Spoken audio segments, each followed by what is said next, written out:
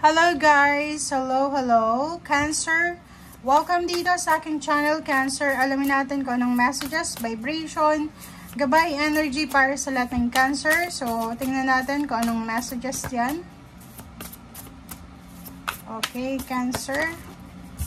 Okay, first card natin is Page of Pentacles. Wow! Congratulations sa mga Cancer ng mga estudyante, profesional, or sa lahat ng Cancer. So, nakikita natin dito na posibleng may Cancer na magkakaroon ng isang napagandang oportunidad. Yun, may oportunidad na papasok sa buhay nila. Like for example, may mga good news regarding sa career mo, may mga promotion, salary increase, relocation, or yung anak mo siguro, kung may anak ka na, may apo, pamangkin, siguro may isang scholarship siya na posibleng matanggap niya yung scholarship, okay? A new area of study, so pwedeng yung iba, balik eskwela, balik pag-aaral, balik learnings, or balik sila sa basic, okay?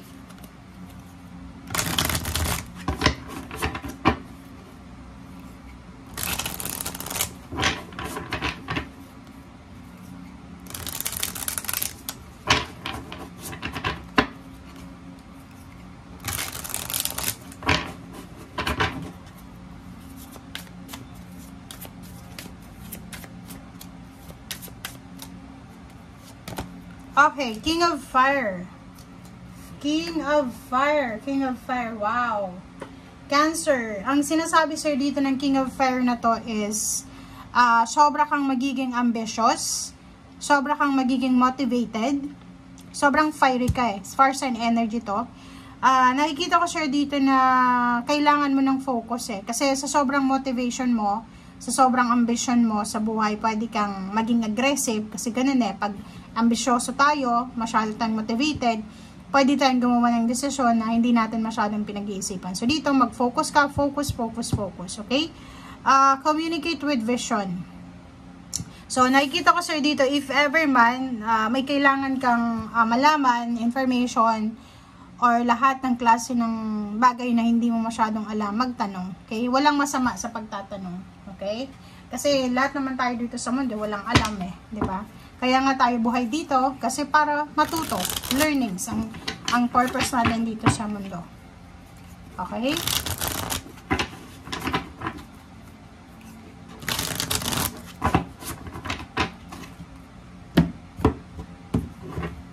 Okay.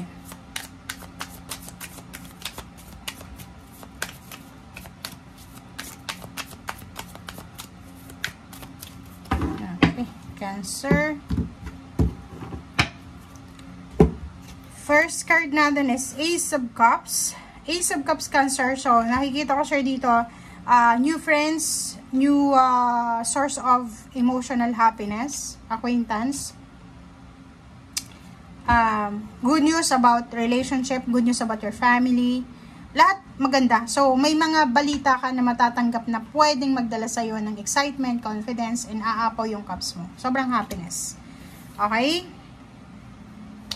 King of Swords. So, nakikita ko sa'yo dito na isa sa magiging goal mo sa buhay, is yung maging masaya araw-araw. Yung parang minamanifest mo na i-enjoy mo yung bawat oras, bawat araw. Okay? Nabuhay ka, parang ganun. Okay, so Four of Swords, nakikita ko sir dito na nagre-relax ka, nag-iisip ka, nagme-meditate ka. Nakikita ko sir dito na if siguro masyadong mabilis yung decision making mo, kailangan mong magpahinga, mag-isip.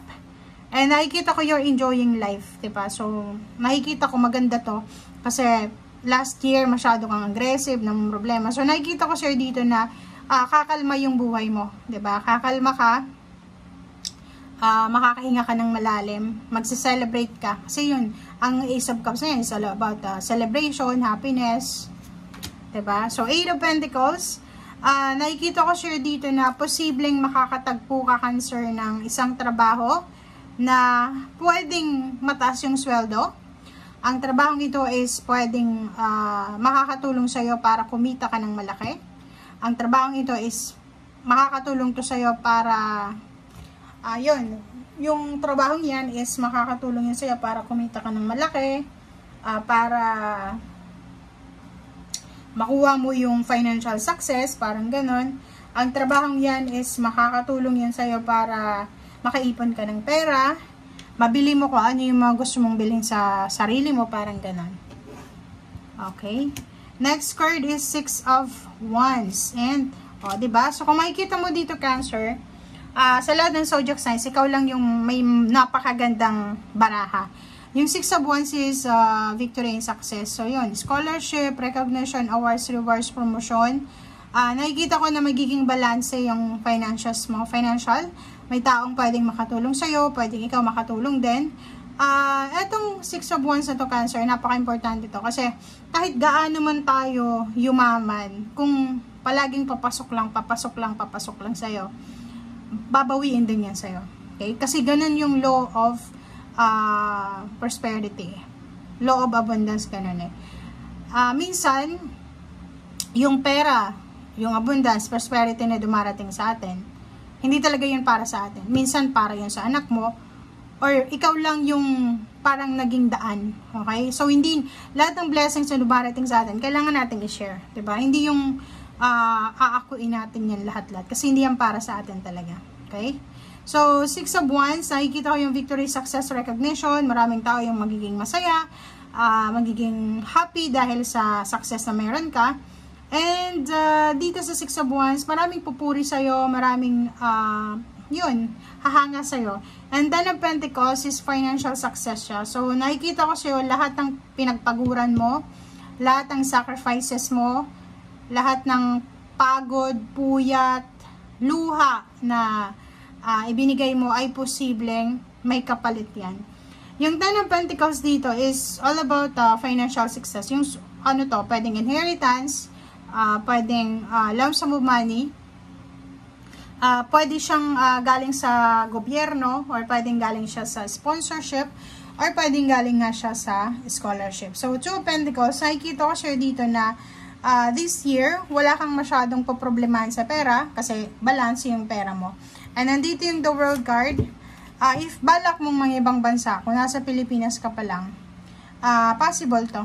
Magiging swerte ka sa ibang bansa. And nakikita ko siya dito na isa yung pagiging OFW ang magiging rason para maging stable, secured yung financial mo. And yung The World card na to, sinasabi na may completion, merong mararamdaman kang satisfaction. And bago matapos yung taon, meron kang tinatrabaho na posibleng matapos siya na magdadala sa'yo ng overall happiness. Okay? Thank you guys for watching. Bye!